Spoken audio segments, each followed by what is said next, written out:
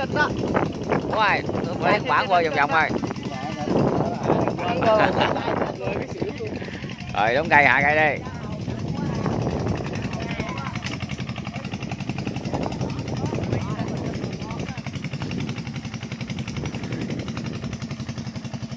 Kéo vô mình luôn. Kéo lên. Kéo trên cây không?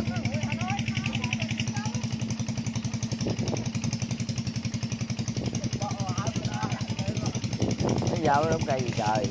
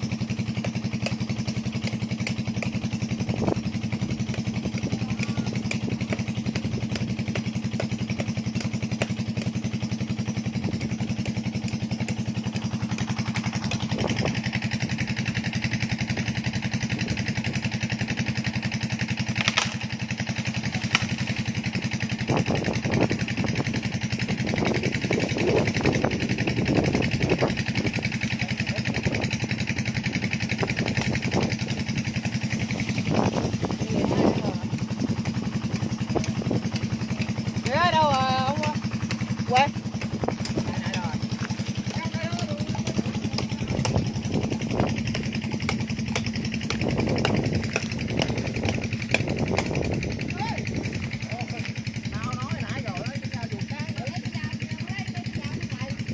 Chào đậu nữa.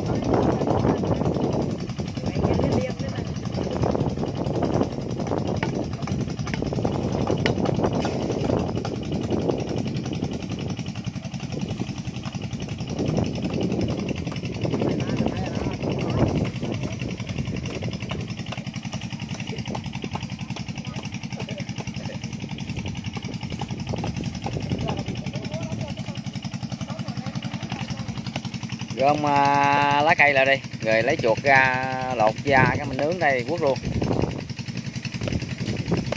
Cây giống sơn nè. Mình mần chừng 2-3 chuột đi, rồi bắt đầu gom lá cây này lại nè, cái bắt đầu mình lấy cái cây mình xỏ lụi chuột giống như nướng cá lóc vậy đó. Đúng. Chín chứ. Mày tao thấy mày tao khó chịu nha, hổng ngày bắt chuột không có dính gì cho nha. Hôm qua bắt còn chuột con chuột nữa. Bắt chuột rồi lại dành với người ta nữa. Quá hết sức rồi.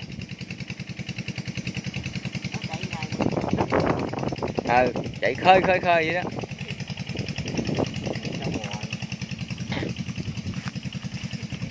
Bạn ơi. Ừ. Tao ghét mày dữ lắm rồi đó nghe cho mày hay nha. Hồi bắt mà dục xong đó.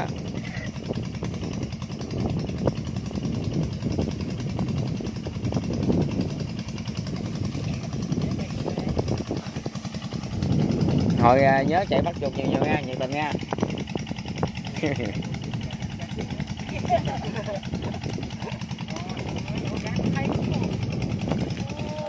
Đây bắt được chuột con hả? Ê, chạy vậy tao. Chết chuột luôn rồi. Chuột cống hay chuột cơm hả? Đi cho cắn luôn kìa. Cho cắn ai. Dạ.